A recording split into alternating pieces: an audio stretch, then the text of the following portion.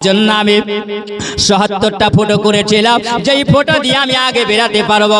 সেই দিনে আমার নবীকে আমি সেই দিনে আমি দেখে নেব। আমি যখন ওই সময় দেখি ওই সাপ বাবা এই ফটোর দিকে যাই, দেখতে পাই ফটোটা বন্ধ আছে। আবার দ্বিতীয় ফটোর দিকে যাই, যেন দ্বিতীয় ফটোটা বন্ধ আছে। এইরকম করে বাবা ওই সময় গাড়ে সরে যেই ফটো যায় সেই ফটোটাই বন্ধ দেখতে পাওয়া যায়।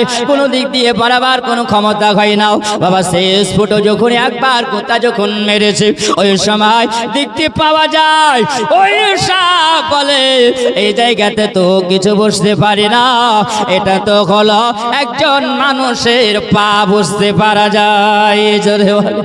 যেমনি বাবা ওই সাপ মুখটা দিয়ে যেমনি ঠোকরটা মেরেছেন হযরত আবু বকরের যেন শরীরটাও হালকা শিগড়ে উঠেছে, লোমগুলো খাড়া হয়ে গেছে। আবু বকর বুঝে নিয়েছে ওগো মাবুদ, এখন হয়তো কোনো বিষধর সাপ এসে আমার পায়ে হয়তো ঠোকর মারতে আছে। কারণ ওই সাপ জানে এই গানে সুরের মধ্যে বাবা আমার নবীর সঙ্গী হয়ে যিনি আসবেন তিনি হলেন আবু বকর। জোরে বলেন, দিলে হলেন আবু বকর। এই আবু বকর এটা হলো তোমার পায়ের গুল্লা, তোমার পায়ের আড়ি বুঝতে পারা যায়। ও আবু বকর তুমি আমার নবীকে তো ভালোবাসো, ও আবু বকর আমার নবীকে তুমি প্রেম করো। আবু বকর আমি তো চাই না তোমার পায়ে আমি দংশন করব, তোমার পায়ে আমি কামড় দেব। আবু বকর তুমি পাটা সরায় না। আবু বকর তুমি পা সরাও। কিন্তু বিষধর সাপ ওই সময় বলতে আছে আমার আবু বকর বলেন না আমার জীবন যদি চলে যায় জীবন দিতে রাজি আছে, কিন্তু আমার নবীর কোনো ক্ষতি হতে দেব না। জোরে বলেন না সুবহানাল্লাহ। নবীর প্রেমে মরিয়া যাব, জোরে বলেন সুবহানাল্লাহ। নবীর প্রেমে মরিয়া যাব, এমন নবী কোথায় পাবো, নবীর প্রেমে মরিয়া যাব, নবীর প্রেমে মরিয়া যাব। প্রেম যদি করো তুমি হে দুনিয়াতে নবীর মহব্বতে ভালোবাসা, নবীর প্রেমে মরলে পারে শহীদ পাব। জোরে বলেন সুবহানাল্লাহ। আম্মাজিরা আমার সোনা মানিকেরা আবু বকর পাশে রাহি নাও। ওই সময় বিষধর সাপ বলে আমি আর সহ্য না করতে পেরে ওই সবাই আবু বকরের পায়ে যেন কামড় দিয়ে দিয়েছে। যেমনি বাবা কামড় দেওয়া আবু বকরের শরীরটা যেন জর্জরিত হয়ে গেছে, আবু বকরের শরীরটা যেন নীল বর্ণ হয়ে গেছে। আর আবু বকর বলেন সময় যেমনি সাপে কামড় দেওয়া আমি আর সহ্য করতে পারি না। তিনি মনে মনে বলেন আল্লাহ পাক আল্লাহ তাআলা আমার কোলে যিনি আরাম করেন তিনি হলেন রাহমাতাল লিল আলামিন। আল্লাহ আমার ওই নবীকে তুমি দোজাখানের বাদশা করেছো মাওলা। আমার নবী যে এখন আরাম করেন, আরে নবী যদি আরামের পেটার যদি আমি আবু বকর ঘটায়া দিই আল্লাহ হয়তো তুমি নারাজ হয়ে যাবে। আল্লাহ পাক আবার নবীকে আমি জাগাবো না। জোরে বলেন এই নবীর মহব্বত কেমন বাবা, নবীর প্রেম দেখো আমার আবু বকর যেন তিনি ওই সময় আমার নবীকে জাগালেন না। তিনি ওই সময় আমার নবীর দিকে চেহারা মোবারকার দিকে আবু বকর তাকিয়ে আছে না। আর আবু বকর বলে না আমি নবীর দিকে তাকিয়ে দেখলাম ইয়া রাসূলুল্লাহ ইয়া হাবিবাল্লাহ নবী গো চাঁদের গায়ে দাগ দেখা যায়, কিন্তু আমার নবীর নূর নবীর চেহারাতে দাগ পাওয়া যায় না। জোরে বল আম্মাজি আমার সোনা মানিকেরা। ওই সময় আবু বকর চোখ দিয়ে জানো এক ফোঁটা পানি ঝরে গেছে, পানি পড়ে গেছে। আর যেমনি পানি ঝরে যাওয়া আমার নবীর গাল মোবারকায় পানি পড়েছে। যেমনি পানি পড়া চোখের পানি হলো গরম। আবার নবীর চেহারা মোবারকায় যেমনি পানি পড়া আমার নবী বুঝে নিয়ে আসে এই গরম পানিটা কোথা থেকে পড়লো। যেমনি আমার নবী চোখ মোবারক আমার নবী খুলেছে না আবু বকরের চোখে পানি দেখা যায়। আবার নবী বলেন, ও গো আবু বকর, বুঝি তোমার বাড়ির কথা মনে পড়েছে? জোরে বলুন সুবহানাল্লাহ। আবার নবী বলেন, আবু বকর, আপন বিবির কথা মনে পড়েছে, আপন মেয়ের কথা হয়তো মনে পড়েছে, বাড়ির কথা তোমার মনে পড়েছে, এই জন্য আবু বকর তোমার মন খারাপ হয়েছে। আবু বকর তোমার চোখ দিয়ে এই জন্য পানি ঝরে। আবার নবীকে বলেন, ইয়া রাসূলুল্লাহ, ইয়া হাবিবাল্লাহ, নবী গো, আপনার মহব্বতে ধন সম্পদ কুরবান করে দিয়েছে, বাড়ি ঘর কুরবান করে দিয়েছে, ওগো নবী সব কুরবান করে দিয়া তো আপনার মহব্বতে আবু বকর আমি সঙ্গে চলে এসেছি। ওগো নবী বাড়ির কথা মনে পড়ে না, ওগো নবী ধন সম্পদের কথা মনে পড়ে না, অট্টালিকার কথা মনে পড়ে না, বিবির কথা মনে পড়ে না, পেটির কথা মনে পড়ে না। ইয়া রাসূলুল্লাহ, নবী গো, আমাকে আজকে মনে হয় একটা বিষধর সাপে আমাকে দংশন করেছে। আবার নবী বলেন, ও আবু বকর, তুমি পা সরাইয়া নাও। যেমনি আবু বকর পা সরাইয়া নিয়েছে, বাবা আমার নবী মুস্তাফার মুখের থুতু মোবারকটা নিয়া আবু বকরের ওই বিষধর সাপ যে জায়গায় কামড় দিয়েছিল, ওই জায়গাতে আমার আবু বকর আমার নবী থুতু মোবারকটা নিয়া আবু বকর ওই জায়গায় চিমনি লাগিয়ে দেওয়া সঙ্গে সঙ্গে আবু বকরের বিষ পানি হয়ে গেছে।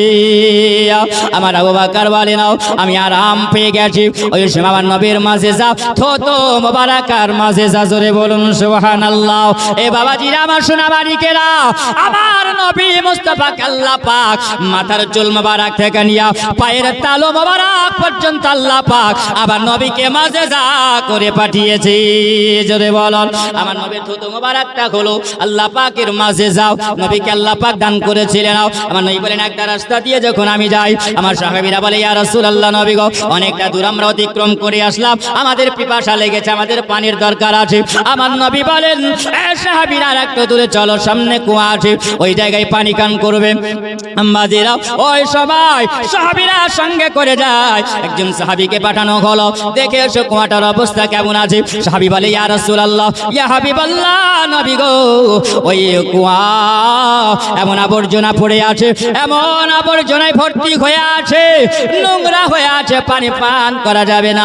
আমার নবী মুস্তাফা জানো টুকটুক করে আসলেন, আসার পরে আমার নবী মুখটাকে বাড়িয়ে দেওয়ার পরে ওই কুয়ার দিকে মুখটা নিয়ে গিয়ে আমার নবী জানো থুতু ফেলে দিয়েছেন।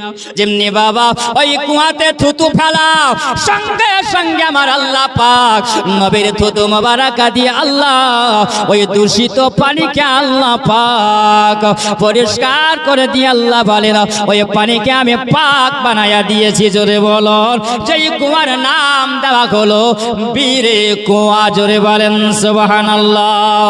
আল্লাহুম্মা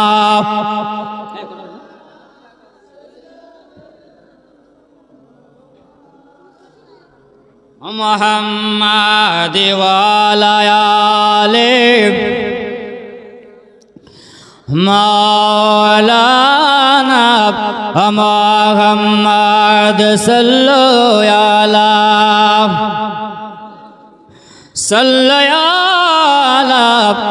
মুহাম্মাদ হরদম জাবার সনে কালাব পাক নবী মুহাম্মদ হরদম জাবার সনে কালাব শফিয়ানা মুহাম্মদ সাল্লাল্লাহু তাআলা আলাইহি ওয়াসাল্লাম। আমার নবীর জানের মুস্তাফা সাল্লাল্লাহু তাআলা আলাইহি ওয়াসাল্লামের থুতু মোবারকটাও হলো মাজেজা। জোরে বলুন সুবহানাল্লাহ। আমার নবী মুস্তাফার আগলে আছে মাজেজা, আমার নবী মুস্তাফার কামে আছে মাজেজা। আমার নবী মুস্তাফার শরীর আল্লাহ পাক মাজেজা করে আল্লাহ পৃথিবীতে আল্লাহ পাক পাঠিয়েছিল। কারণ আমার নবী এক লোটা পানিতে 400 জন সাহাবী ওযু করেছেন। জোরে বলেন, আমার নবীর কত মাজেজা আছে। যদি নবীর মাজেজার কথা আলোচনা করা যায় সারা রাত পার হবে, কিন্তু আমার নবীর মাজেজার কথা শেষ হবে না। জোরে বলেন সুবহানাল্লাহ। আপনাকে একটু বলে যাই, সাহাবীরা বলল, ইয়া রাসূলুল্লাহ, নবী গো, আমরা বড় পিপাসিত আছি ইয়া রাসূলুল্লাহ, আমরা পিপাসিত, পান করব, পানি নাই। আমার নবী বলছেন কাউরির কাছে মুসলিমে কিছু পানি আছে? বলে হ্যাঁ, 1 লোটা পানি আছে। আমার নবী বলেন পানিটা নিয়ে এসো। আর এমনি বাবা পানিটা নিয়ে এসে দাও আমার নবীকে। ওই সময় আমার নবী শাহাদাতের আঙ্গুল মোবারকটা আমার নবী ডুবিয়ে দিলেন। আর যেমনি ডুবিয়ে দেওয়া আমার নবী বলেন আমার সাহাবীরা, এবার যাদের উজুর প্রয়োজন আছে তোমরা উজু করে নাও, আর যারা পান করবে তোমরা পান করে নাও। জোরে বলেন 1 লোটা পানিতে সম্ভব হবে? আমার খাজা পাক যদি বাবা 1 লোটার মধ্যে আনা সাগরের পানিকে ঢুকিয়ে নিতে পারেন, আল্লাহ পাক তো তিনাকে রহমতের নবী করেছেন। জোরে বলেন নবীর গোলামের গোলাম যদি এতটা ক্ষমতা হয়, আল্লাহ পাক আমার নবীকে কত আল্লাহ ক্ষমতা দিয়েছেন। আম্মাজিরা আমার সোনাবানিকেরা, ওই লোটার পানিতে সাহাবীরা বলেন আমরা 400 জন সাহাবে ওযু করেছিলাম এবং পানীয় পান করেছিলাম। লোটার পানি লোটাতে ছিল। যারা বলে এটা হলো আমার নবী মুস্তাফার আঙ্গুল মোবারকার মাজেজা। জওয়ান যুবকের আব্বাজিরা আমার সোনামানিকেরা খেয়াল করে যাও, আমার নবী মুস্তাফা যখন আবু বকর ওই জায়গাটায় লাগিয়ে দিলেন, আবু বকর বলেন আমি সুস্থ হয়ে গেলাম। আল্লাহর নবী বলছেন আবু বকর পা তুমি সরাইয়া নিয়েছো, আর ওই যেন ফুটো ভিতর থেকে যেন গর্ত থেকে হওয়া এই একটা সাপ বেরিয়ে এসে আমার নবীকে যেন সালাম দেয়, আসসালাতু আসসালামু আলাইকা ইয়া রাসূলুল্লাহ, আসসালাতু আসসালামু আলাইকা ইয়া হাবিবাল্লাহ। ইয়া রাসূলুল্লাহ নবী গো, আপনার সাহাবী আবু বকরকে আমি কামড় দিয়েছি নবী গো, আপনি আমাকে একটু ক্ষমা করবেন। জোরে বলেন। আবু বকর বলে আশ্চর্য হয়ে গেলাম, একটা বিষধর সাপ অপালা জানোয়ার আমার নবীর সঙ্গে মানুষের মতন কথা বলতে আছেন না। আবার নবী বলতে আছেন ওরে বিষধর সাপ কেন কামড় দিয়েছিস বলো।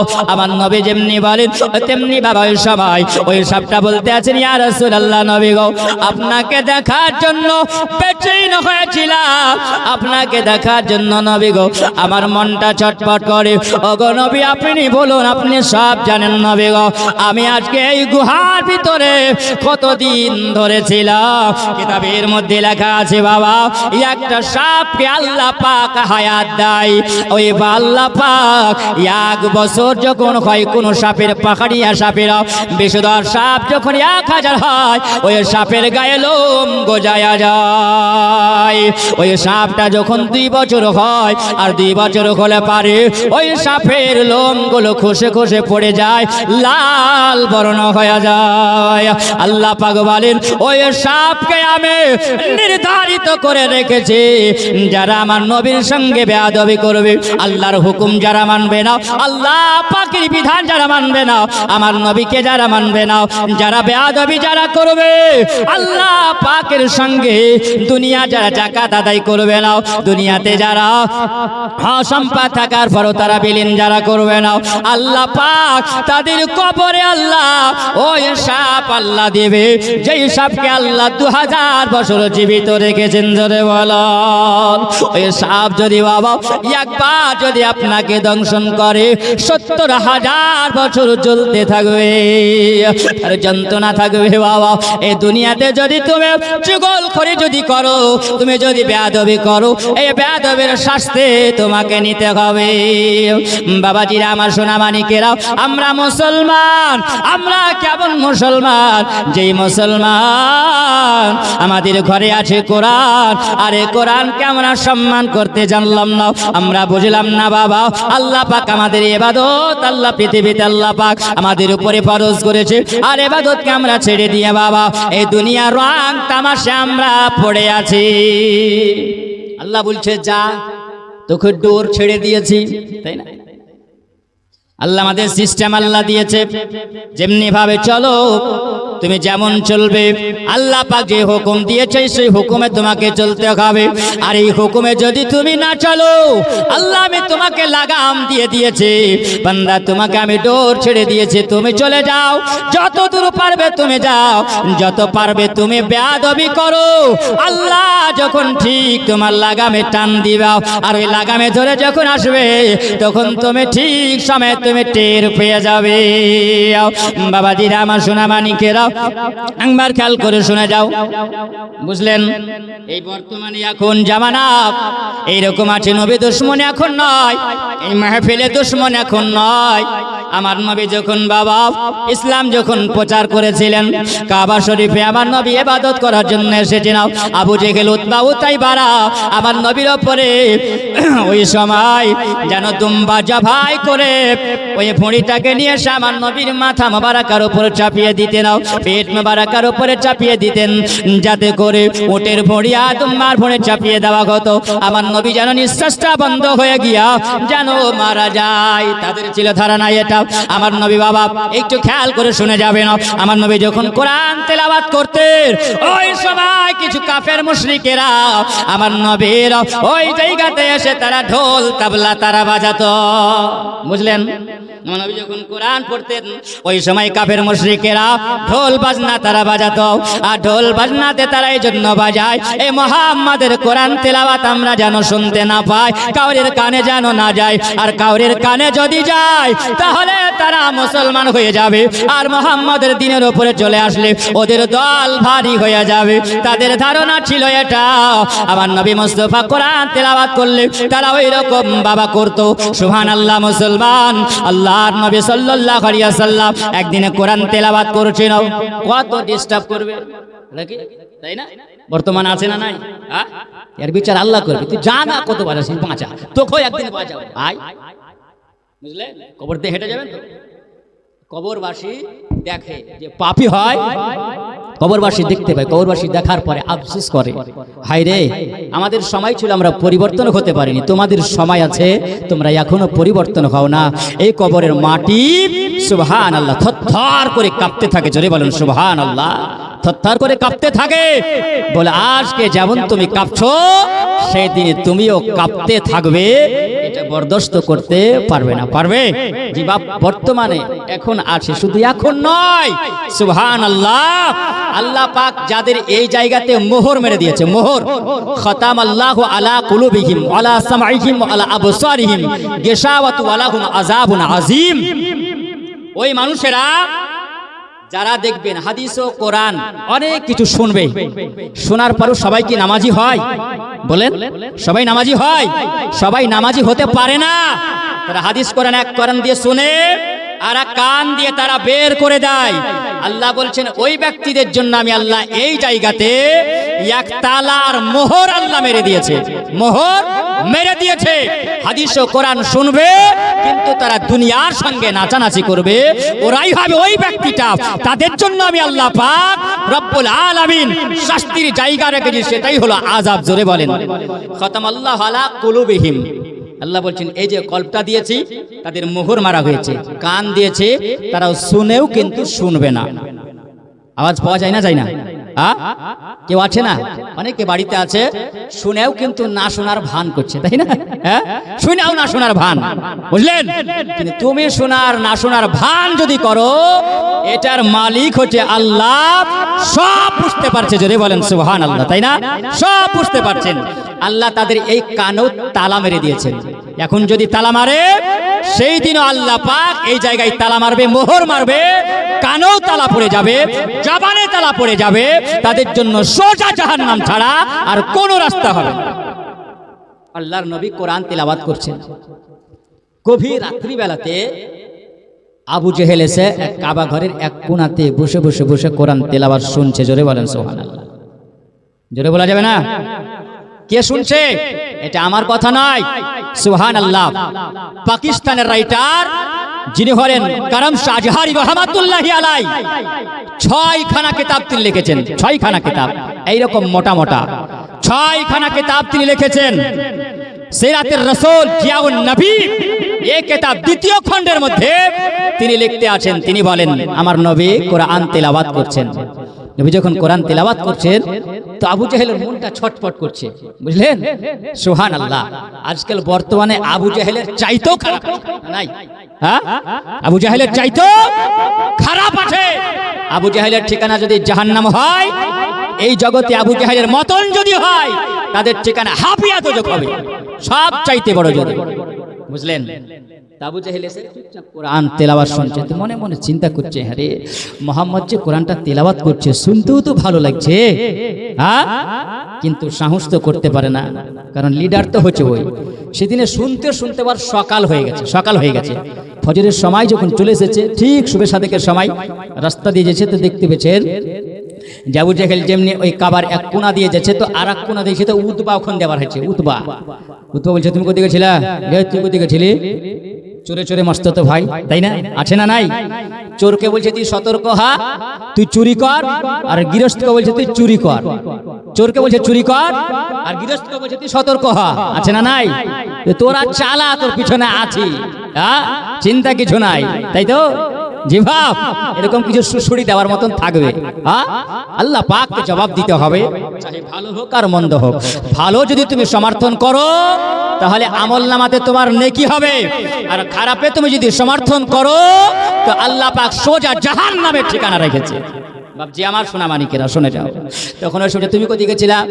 তো বলছেন আর বলিও না কাউরির সামনে, মোহাম্মদ কোরআন তেলাওয়াত করছিল, ওই সময় একটু কোরআন শোনার জন্য এসেছিলাম, কিন্তু কোরআনটা শুনতে শুনতে সকাল হয়ে গেছে, আমি টের পাইনি। আবু জেহেল আর উতবা বলছে তুমি আমি জানতে পারলাম, কাউরির সামনে গিয়ে দিও না, কাউরির সামনে বলিও না।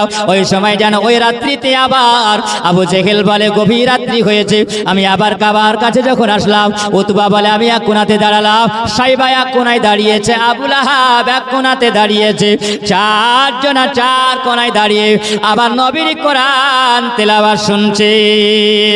বাবা নবীর কোরআন তেলাওয়াত শুনেছে, কিন্তু তারা অন্তর থেকে শোনে না। বুঝা গেল, অন্তর থেকে যদি তারা শুনতো এ মুসলমান, তাহলে তারা কাফের হয়ে মারা যেত না।